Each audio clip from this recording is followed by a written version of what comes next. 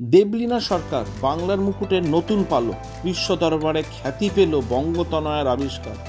কি করলেন, কি আবিষ্কার তিনি করেছেন, জানতে হলে অবশ্যই চোখ রাখুন ইউটিউব চ্যানেল খবরের হাট।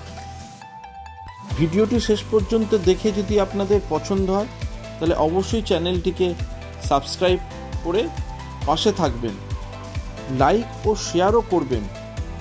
এই ভিডিওতে আপনাদেরকে বলবো এবং দেখাবো কে এই দেবলীনা সরকার এবং কি তিনি করেছেন যে বিশ্ব জগতে তিনি এত উচ্চাসনে বসেছেন।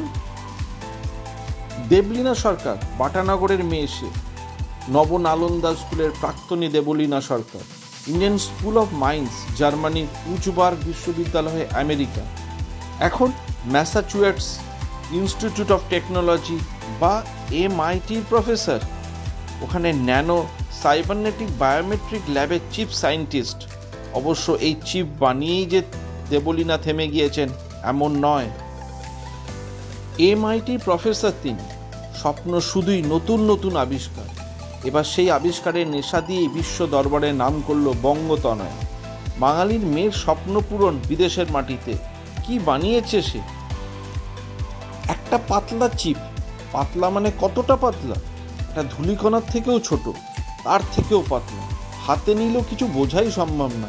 পাতলার থেকেও পাতলা এই চিপের ক্ষমতা কিন্তু অসীম।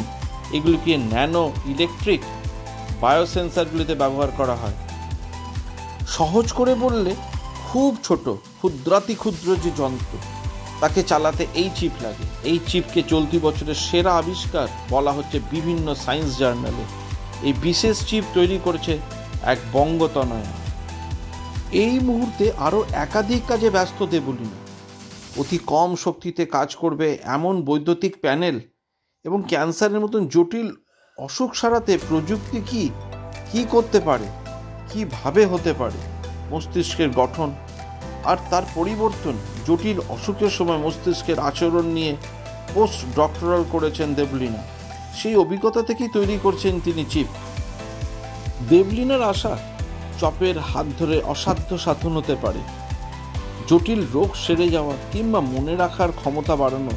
চিপ মানুষের খুব ভালো বন্ধু হতে পারে। চিপ বানিয়ে তিনি এক অসাধ্য সাধন করেছেন। আজকের ভিডিও এই পর্যন্তই। আবার দেখা হবে পরে একটি নতুন ভিডিও।